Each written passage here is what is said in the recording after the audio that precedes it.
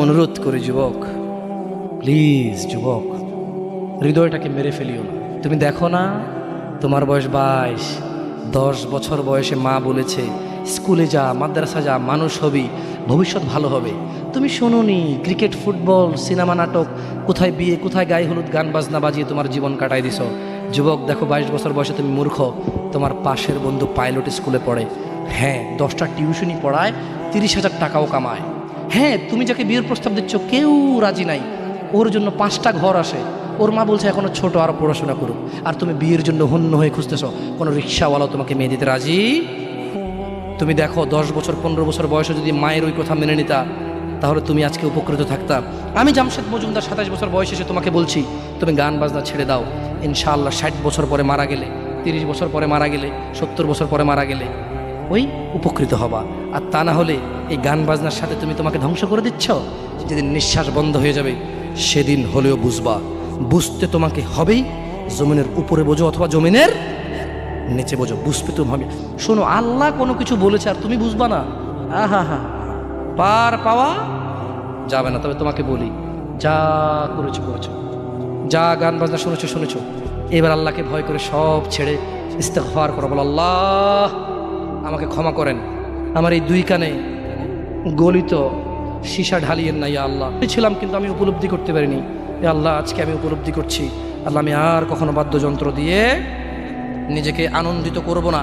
এই হারাম যা আপনাকে রাগান্বিত করে, আমি আর কোনোদিন এই হারাম দিয়ে নিজেকে আনন্দিত করব না।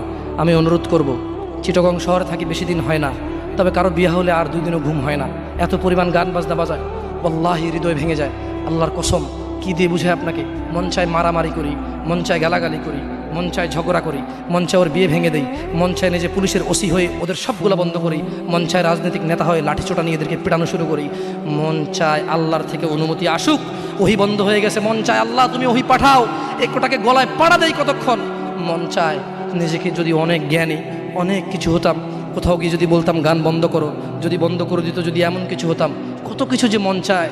তোমার বিবাহ তুমি রামশ্যাম যদুমধুর মতো করে ফেলেছ। যুবক, তুমি কেন কবুল পড়ে বিয়ে পড়ো, আমার তো বুঝে আসে না।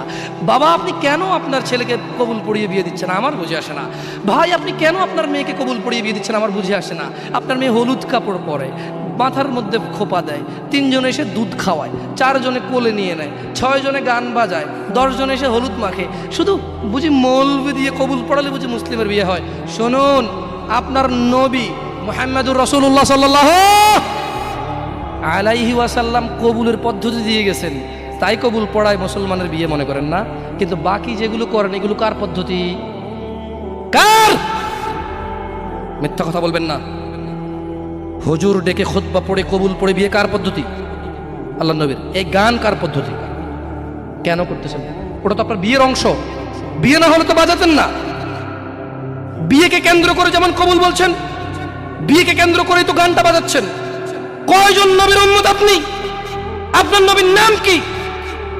আই এম আস্কিং ইউ, আপনার নবীর নাম কি? আমার নবীর নাম মুহাম্মদ রাসূলুল্লাহ সাল্লাল্লাহু আলাইহি ওয়াসাল্লাম। Who is the messenger of Allah for you?